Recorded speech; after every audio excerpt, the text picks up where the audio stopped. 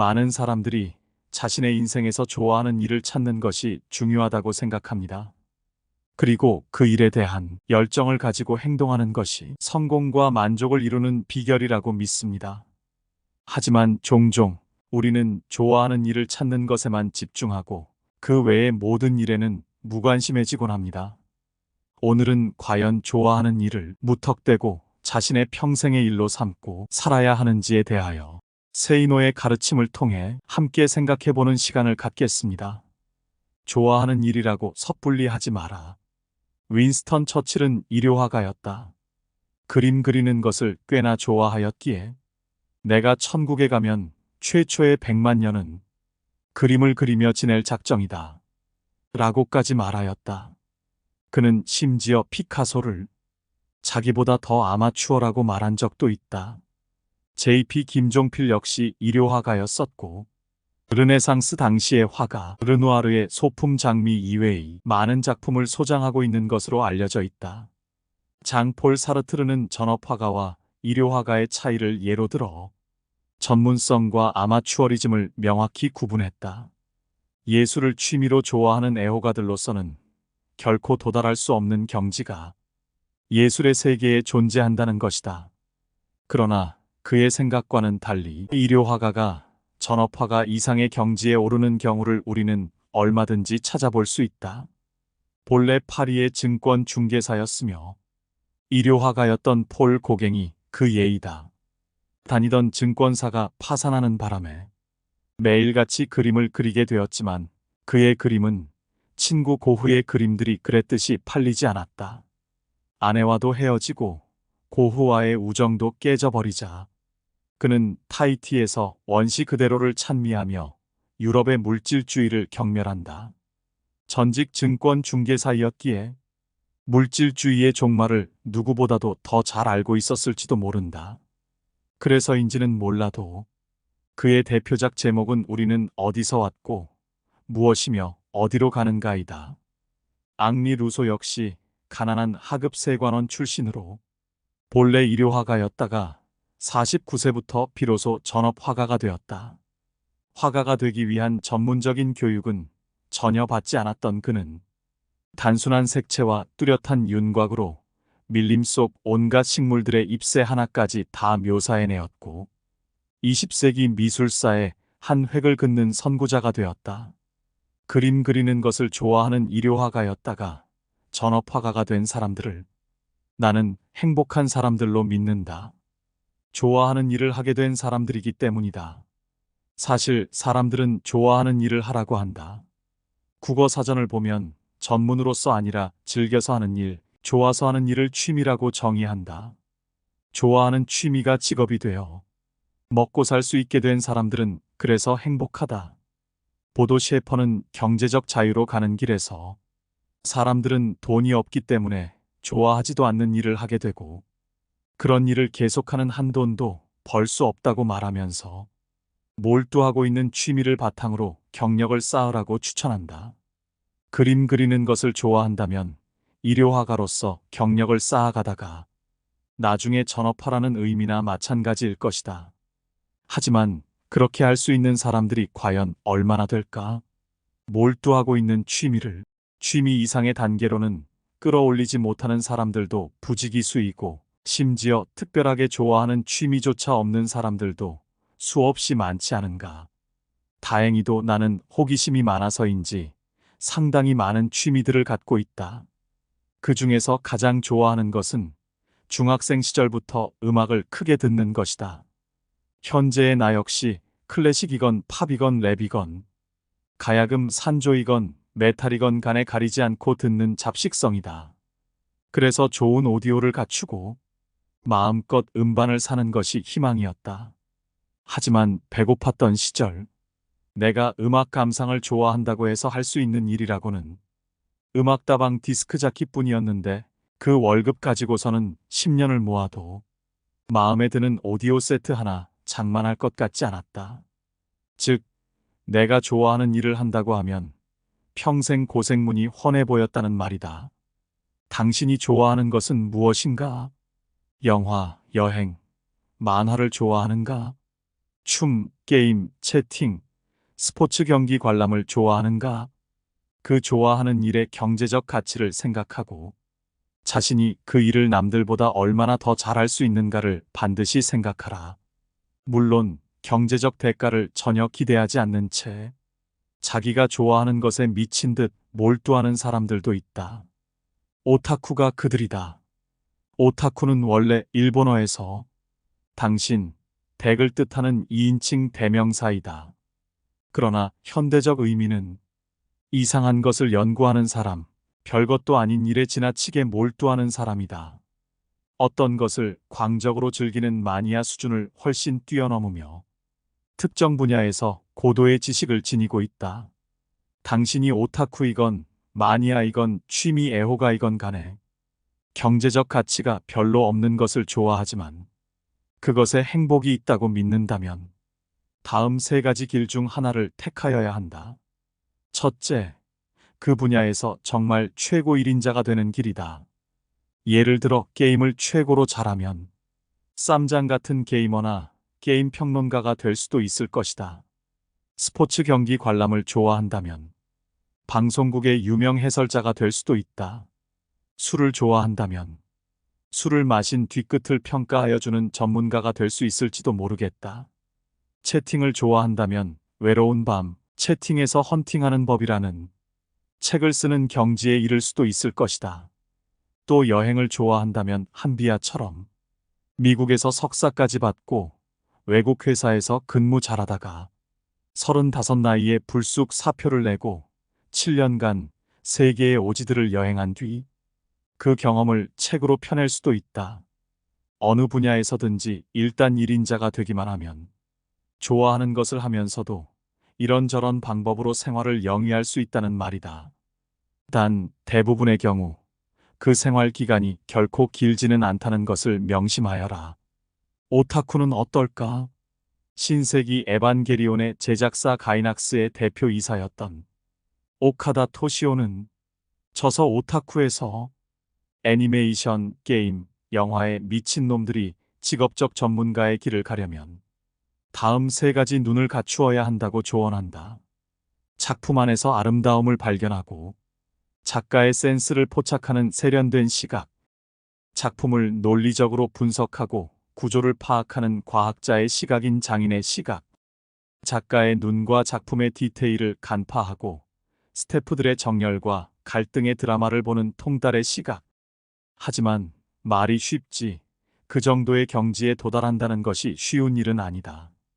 게다가 언제나 1등은 한 명뿐이다. 이 사실을 잊지 말라. 둘째, 최고가 되지는 못하지만 대부분의 오타쿠처럼 자기 만족을 위하여 빠져 사는 길이다. 그러나 명심하라.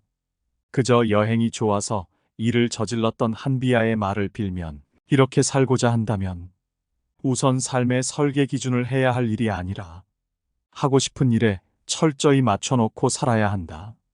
또 이 일을 하면 내가 얼마나 행복할까를 생각하여야 하고 언제나 자신감 있는 당당한 삶의 태도도 있어야 하며 무소유를 즐길 각오가 되어 있어야 한다. 즉, 대다수는 가난한 예술가들처럼 좋아하는 일을 하는 것에 만족하며 사는 것으로 행복을 추구해야 한다. 특히 경제적 가치가 약한 분야에서는 1등이 아닌 2등이나 3등은 대부분 형편없는 대우를 받는다. 한비아가 말하듯이 잘 살지 못해도 좋다는 뚜렷한 가치관이 있어야 하는데 이 길을 처음부터 끝까지 고수하려는 사람이 과연 몇이나 될까?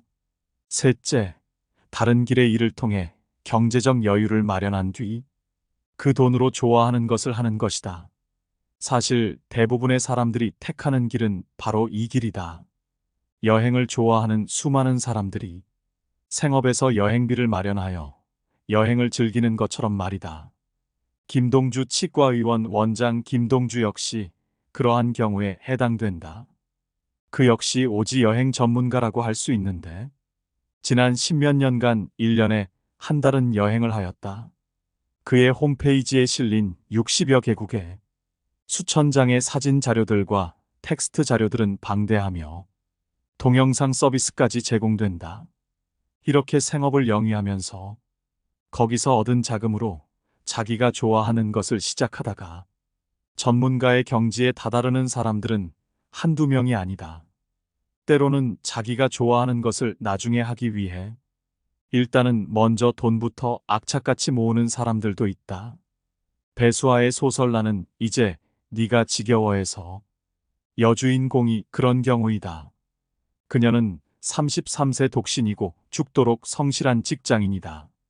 동물원 산책을 좋아하고 아프리카로 가서 야생동물을 돌보는 것이 꿈이기에 직장에서의 모든 것이 괴롭지만 월급을 모아가며 저녁마다 수의사 공부를 한다. 경제적 가치가 별로 없는 것을 좋아하지만 통달의 수준과 장인의 경지에 이를 정도의 오타쿠는 아니라면 섣불리 자신이 좋아하는 것을 하면 안 된다. 곧 춥고 배고픈 상태로 빠지게 되기 때문이다. 나는 주변에서 내가 보기에는 그 분야에 재능도 별로 없는데 어떤 것을 좋아한다는 이유 하나만으로 계속 물고 늘어지는 사람들을 많이 보아왔다.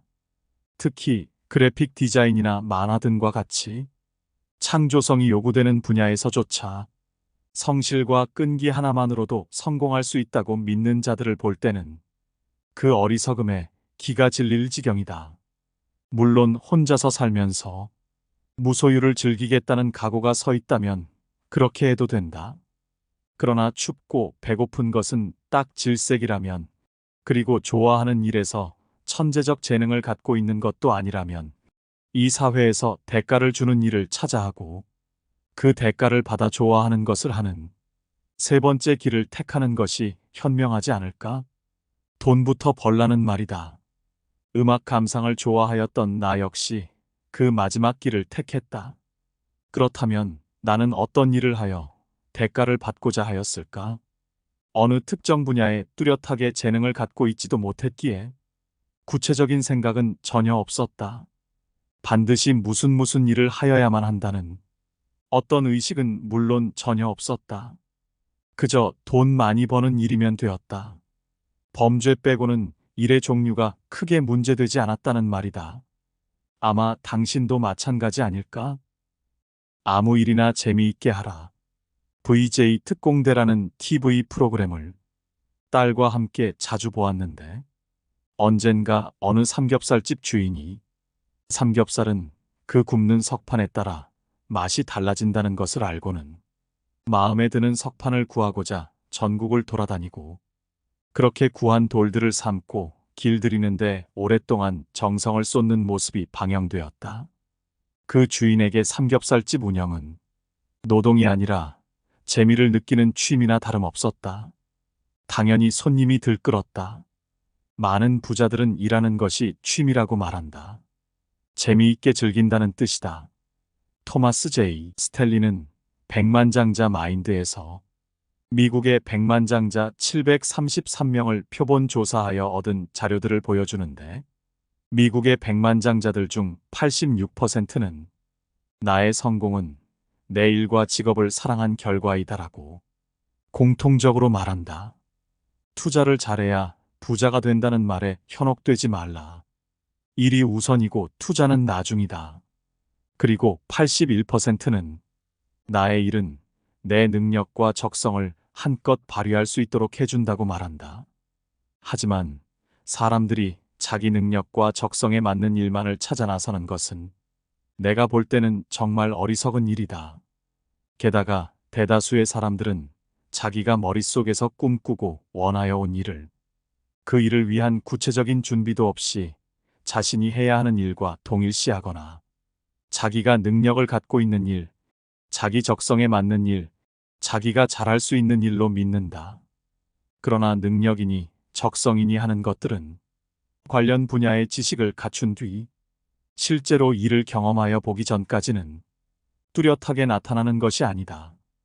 적성 검사 결과를 너무 믿지는 말라는 말이다. 나는 학교에서 적성 검사를 받을 때마다 뭐 하나 유달리 적성이 뛰어난 것으로 나온 분야가 전혀 없었다. 정말 그러냐고? 미국 백만장자들의 경우를 좀 더 살펴보자. 그들이 어느 날 아침 갑자기 일어나 자기 능력과 적성에 맞는 일을 하기 시작한 것은 절대 아니다. 그런 일은 천재들에게나 일어난다. 백만장자들이 이를 택하게 된 동기는 그저 우연한 기회 29%, 시행착오 27%, 예전 직업과의 관련성 12%, 이전 고용주가 놓친 기회 7% 때문이다. 이 수치는 중고등학교 시절부터 공부를 잘해서 의사나 변호사 같은 전문 직업인이 되어 부자가 된 사람들도 포함시킨 것이므로 그들을 제외한다면 거의 대다수의 백만장자들은 어떻게 하다 보니까 그렇게 되었다는 말이며 어쩌다 하게 된 일이 시발점이 되어 돈을 벌었다는 뜻이다. 진실은 이것이다. 백만장자들은 어떻게 하다 보니까 하게 된 일에서 기회를 포착하고 그 일을 사랑하고 즐김으로써 능력과 적성을 한껏 발휘할 수 있는 일로 바꾸어 버렸던 것이다. 내 말을 믿어라. 마크 피셔와 마크 앨런의 공저 백만장자처럼 생각하라에서도 성공하는 사람들은 그들의 일을 사랑한다고 단언한다. 정말 그것이 부자들의 진실이다. 현대그룹 창업주 정주영 회장이 적성을 찾아 쌀가게 점원을 시작한 것도 아니고 빌 게이츠가 적성에 따라 컴퓨터를 배워야겠노라 사전에 굳게 결심한 것은 절대 아니라는 것을 명심해라. 내 말이 아직도 믿기지 않는다고? 혹시 부자 아빠의 젊어서 은퇴하기라는 책 제목을 들어본 적 있는가? 있다고? 나는 그 책을 펼쳐보지도 않았다. 사람들은 흔히 부자가 되면 일은 더 이상 안 하고 젊어서 은퇴하겠다고 생각한다. 사람들이 복권에 당첨되면 제일 먼저 하고 싶은 것이 바로 그것 아닌가? 진짜 부자들이 일찍 은퇴하는 것을 본 적 있는가?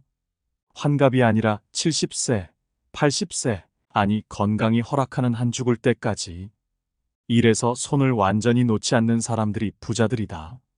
일하는 것이 재미있어 죽겠는데 은퇴를 해? 그것도 젊어서 돈을 벌어놓은 뒤 은퇴를 해? 그런 생각을 한다는 것 자체가 일이 재미없다는 뜻이다. 그러니 그 지겨운 일에서 좀 벗어나고 싶겠는가? 그렇게 일을 즐기지 못하는 사람이 부자가 될 수 있다고? 그것도 젊어서 부자가 되어 은퇴를 한다고? 투자를 잘해서? 무슨 돈으로 투자를 한단 말이냐? 개떡 같은 소리 그만들 해라. 나도 20대에는 그런 생각을 하였었다. 그리고 실제로 39살에 평생 먹고 살 만한 재산이 모인 것 같아 은퇴 시도를 했는데 곧 다시 일을 손에 잡았다. 왜 그랬을까? 일하는 재미를 대체할 만큼 매력적인 것을 찾지 못했기 때문이다. 나는 45세의 절반은 은퇴하였다. 절반이라고 하면 일을 하기는 하지만 취미 생활도 많이 하기 때문이다. 나는 10가지 이상의 많은 분야에서 일을 하였다. 그 일들 중에서 내가 사전에 어느 정도 알고 있었던 일은 단 하나, 음향기기 분야뿐이었다. 나머지는 모두 어쩌다 보니 발을 내밀게 된 일들이었다. 중요한 것은 어느 분야에 발을 내밀든 간에 나는 당신이 상상할 수 있는 정도 이상으로 그 분야에서 귀신이 되고자 노력을 하였다는 점이다. 우선 무슨 일에 뛰어들든지 간에 모든 관련 지식을 책을 통해 공부하는 것은 언제나 필수였다. 나는 그런 책들을 구입하는데 돈을 아낀 적이 없다. 하지만 낮에는 일 때문에 책을 볼 시간이 없으므로 자연히 저녁 시간과 휴일을 이용하여야 했다. 시간을 아껴야 했기에 출퇴근 거리는 무조건 짧아야 하였고 차 타는 시간도 아껴야 하였기에 기사를 일찍부터 두었다.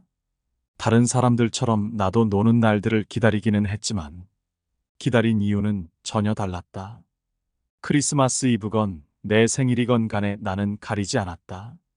특히 내 생일에 놀게 되면 나는 기분이 아주 찝찝해지곤 했는데 열심히 사는 것 같지 않은 느낌이 들었기 때문이다. 그렇게 해서 내가 알게 된 것들은 하나둘이 아니다.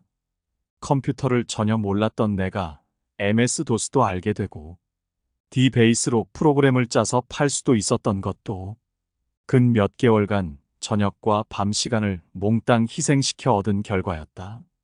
그 덕에 나는 고등학교 시절에 시도한 광고 대행업을 제외하고는 사업에서 손해를 본 일이 없었다. 명심해라. 내가 믿고 있는 원칙은 단 하나, 모르면 괴롭고 알면 즐겁다는 것이다. 학창 시절을 돌이켜 생각하여 보아라. 누구나 자기가 잘하는 과목은 공부에 재미를 느끼지만 잘못하는 과목은 정말 지겨워한다. 무엇인가를 잘하면 재미를 느끼기 마련이고 잘못하면 재미고 뭐고 없지 않겠는가. 즉, 재미를 느끼느냐는 것과 잘하느냐 못하느냐 하는 데에는 비례 관계가 있는 것이다. 무엇인가를 잘한다는 것은 그것에 대하여 많이 알고 있기에 가능하며 잘하니까 재미도 생기는 것이다. 학창 시절에 어떤 과목을 지겨워하였는데 그 과목을 가르치는 선생님이 미남 총각이어서 혹은 예쁜 여선생님이어서 관심을 쏟아가며 열심히 하게 되었고 하다 보니 많이 알게 되어 잘하게 되고 잘하게 되니 성적도 잘 나오고 칭찬도 받으니 재미도 많이 느끼고 이런 경험을 가진 사람들이 실제로 주변에 널려 있지 않은가. 결국 어떤 일에 대한 재미는 그 일에 대하여 얼마나 관심을 쏟고 관련된 지식을 얼마나 많이 갖고서 경험하는가에 따라 좌우되는 문제이다. 부자들은 초기에 무슨 일을 하든 우선은 그 일의 구조 전체를 파악하는 데 필요한 지식을 흡수하고 경험을 하다 보니 점점 더 많이 알아가게 되고 더 많이 알기에 재미도 느끼고 돈도 벌게 되니 즐거움도 배가 된다. 하기 싫은 일이란 것이 적어도 부자가 되는 과정에서는 있을 수 없다는 말이다. 반면에 대개의 사람들은 일을 사랑하지도 않으며 즐기지도 못한다. 그저 목구멍이 포도청이라서 억지로 한다는 생각을 한다. 당신도 그렇게 생각한다면 평생 당신 목구멍은 포도청으로 남아있을 것이다. 왜 사람들은 일을 재미나게 하지 못하는 것일까?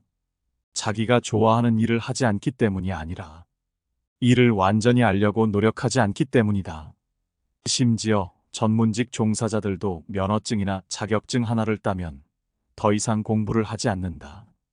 그럼에도 불구하고 수많은 사람들이 내게 바보 같은 질문을 던진다. 예를 들면 이런 질문이다. 지금은 임시로 남성복 판매사원 일을 하고 있는데 앞으로 제가 무엇을 하면 좋을까요? 멍청하긴. 바로 그 남성복 코너에서 옷감의 종류부터 시작해서 안감, 양복 부속의 종류, 단추, 지퍼 등의 가격 및 구입처 등은 물론 재단 과정, 원가 계산, 고객 만족 등을 배워야 할 것 아닌가. 즉, 대부분의 사람들은 아니, 평생 가난하게 살 사람들은 어떤 일을 하고 있으면서도 그 일은 자기에게 맞는 일이 아니며 임시로 하는 일에 지나지 않는다고 여기고 다른 일을 하게 되기를 꿈꾼다. 그러면서 그 다른 일을 하기 위한 준비 단계로 여러 종류의 학원들에 돈을 갖다 바친다. 하지만 그들은 막상 그 다른 일을 하게 되어도 또다시 이게 아닌데 하면서 다른 직업을 찾는다. 그 결과 뭐 하나 제대로 알지 못한다. 오해하지 말라. 한 우물만을 계속 팔아라는 뜻이 절대 아니다. 애당초부터 가까이 가서는 안 될 우물도 있다. 하지만 처음부터 가까이 가서는 안 될 우물이 아니라면 어느 우물이건 그 우물 주인처럼 생각하고 행동하라. 즉 하고 있는 일이 아무리 역같이 생각되어도 그 구조체와 흐름을 완전히 파악하여야 하며 거기에 필요한 모든 지식을 스펀지처럼 흡수해 나가야 한다. 물론 근무 중에는 배울 시간이 별로 없을 것이다. 때문에 일과 후의 시간들을 몽땅 바쳐야 한다. 그렇게 하다 보면 어느새 그 우물터에서는 귀신이 되게 된다. 부자가 되려면 이 원칙을 평생 잊지 말라.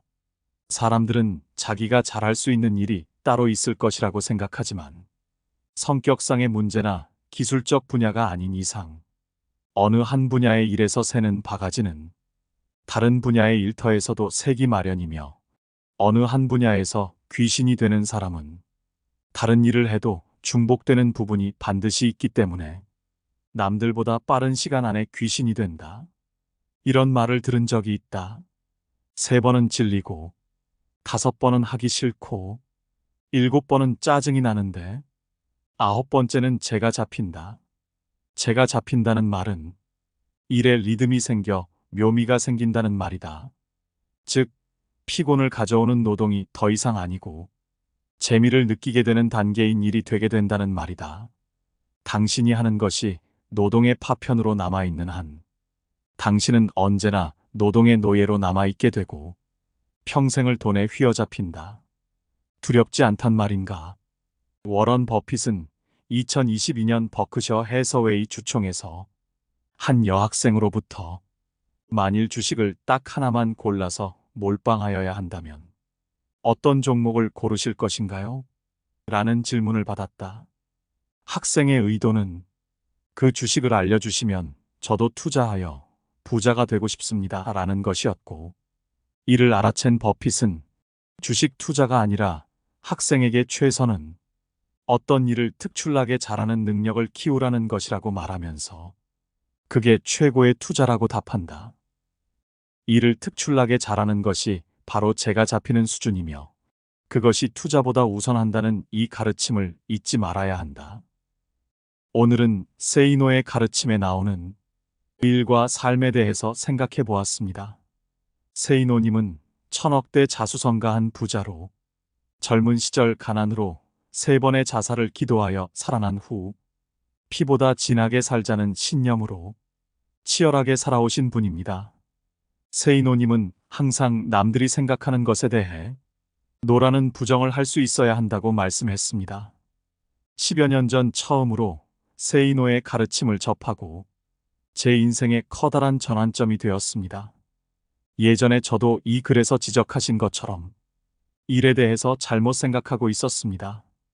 좋아하는 일이 딱 하고 있을 것이라고 생각했고 내가 하는 일을 못마땅하게 생각했습니다. 그러나 이 책을 읽고는 그 생각을 완전히 바꿔버렸습니다.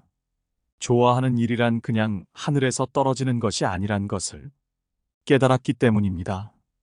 세상을 산다는 것은 항상 문제의 연속이며 선택의 과정입니다.